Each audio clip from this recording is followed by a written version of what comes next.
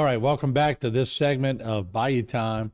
So happy. We're going to talk school safety, school starting, a lot of things happening, a lot of school zones. So we thought it wise to bring in law enforcement so we could share some tips and some ideas because everybody's sort of preoccupied with all kind of things. So joining me, let's go to a shot of our guests. And right next to me is Captain Lonnie Lusco with the Houma Police Department.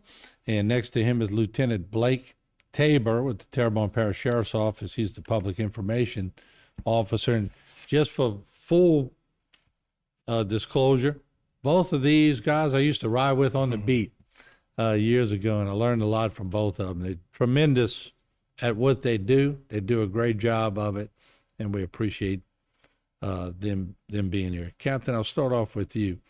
School safety, I know it's always on your mind, and 25-mile-an-hour speed limits and everything.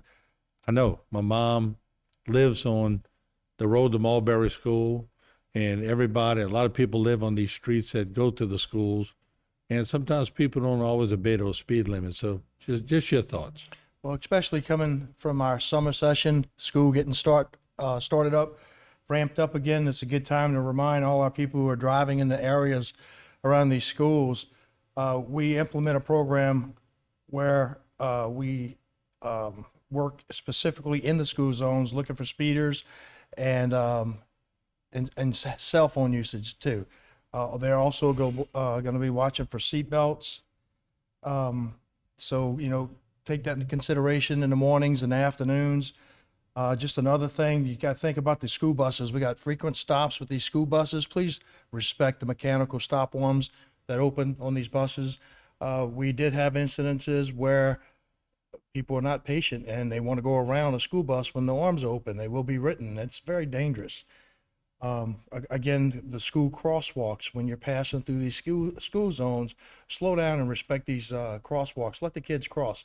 They got to get to class and take care of their business. And like I said, the other thing is they can also be working seatbelt enforcement during these same areas.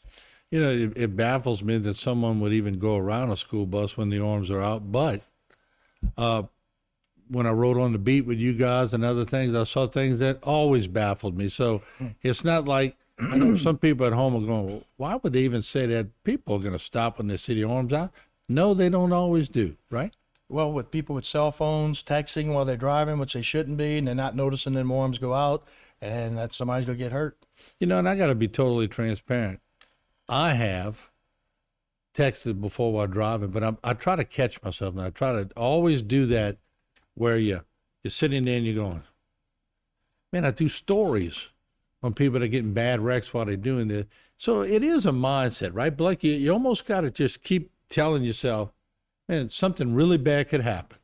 Absolutely. And, one of the things that a lot of people don't realize is when they're stopped, you think you have the brake pressed, you start reading and getting into a story. Next thing you know, your body has a reaction to that. Your foot slips off the brake, and that could become problematic. So it's about being vigilant and being aware of what's going on. And the reality is you can't do that unless that cell phone device is on the side of you, Another common tactic that we tell people is if you're going to stop and that bus is going to be unloading, it only takes a second to put that vehicle into park. Putting that vehicle into park will ensure that that vehicle will not roll and you won't make, a mistake that you could regret. Yeah. Let me ask you this, because, schools changed. The buses have changed. The laws have changed. I don't know if it's so much logistical change from when we were kids going to school as it is now, but kids are a little more distracted too when they're getting off. They got a lot more in their plate. When we were going to school, it was just all we had to do was get off the bus. We didn't have to worry about what cell phone we were going to use when we got out of school. We didn't have them.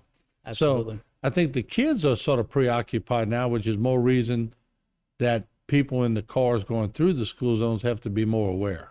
Absolutely. And these kids nowadays, I think we could probably all agree that they're dealing with a lot of different social issues that, we didn't have to deal with whenever we were coming up. So again, there's a lot of things that are going on in their brains right now. It's new, it's exciting to them. So we just have to be very cautious because, again, kids are so used to going at a faster pace than we did. It's troublesome for them to slow down, and I tell my kids that all the time. You got to stop and smell the roses, and it's a very hard commodity for them to learn. So that is true. Lonnie, let me come back to you. What are y'all doing? I know y'all talk a lot about it at the police department, but there's always an emphasis on child safety, especially around this time. As in, you You talking know, about? when school zones and things of for that the- nature. It's basically some of the stuff that we've already covered, but that's why we're putting these units out in these school zones. I was just thinking while Blake was explaining that, how many times, even not just a child, but even an adult, you walking in a grocery store and somebody walks right into you because they're texting and they're not even looking where they're going in the grocery store. And that's the same thing I think of when I think of these kids getting off the bus. They want to get that text out as soon as they can. They're walking across that crosswalk, and by some reason, a car, if it does try to pass for whatever reason, the kid doesn't even see the car coming. It's just, everybody's got to kind of wake up and smell, like you said, smell the roses, people. Life's too short.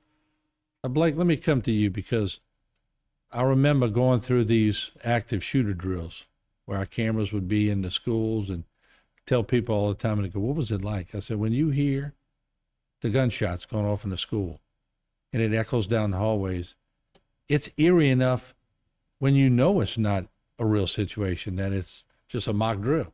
Sure. So, but the preparation, I think, was paramount. And I remember seeing teachers tearing up knowing that one day this could be real. So I think the message was being delivered, and I know y'all are pretty active in doing that. Absolutely. Yeah, for the last several years, we've been doing a yearly training with our SWAT team. They do a fantastic job with making sure that we're prepared, not only from a SWAT component, but also from patrol in our entire agency. We've really expanded those efforts. We work with our public safety partners, Houma Police Department, fire departments across, just to make sure that we're covering every base in the event of this, tragic incident. The one thing that we started doing differently this year was training some of our teachers. Now, we've done a workshop with our teachers in the past, but it was more of a sit down, let's discuss what could happen and those types of things. So this year we've made a real push to introduce to them actually what would happen in the event of an incident. And, talking about it is one thing, but being able to actually show them some of the equipment that will be used, getting them familiar with that. I think it was a very eye-opening experience for them. And I promise both of y'all, I will not ask any specific because we don't want anyone to know. Sure. I don't want to know. And Absolutely. I know it's your job to keep everything. But, Lonnie, will come to you on this. We won't talk specific schools, but I know that private and public schools y'all been talking with. So anyone who would be watching who would try to get a beat on anything, there will be none. Y'all are working all walks of it, aren't you? Right. Through parish government and both agencies, we're working on expanding our SRO program. Both agencies have had the SRO program going on for quite a bit of time now, but we're working on ways to expand it and try to do best we can to cover all schools, make sure all our kids are taken care of. They also play a role in our physical assessments of that school, physical security. It's just things that have to be looked at in a different light today because of the way society's heading in a direction that we never thought we'd see today. Fortunately, in our area so far, everything's been good, but that's not how we train. We train for the worst and do everything we can to keep our kids safe.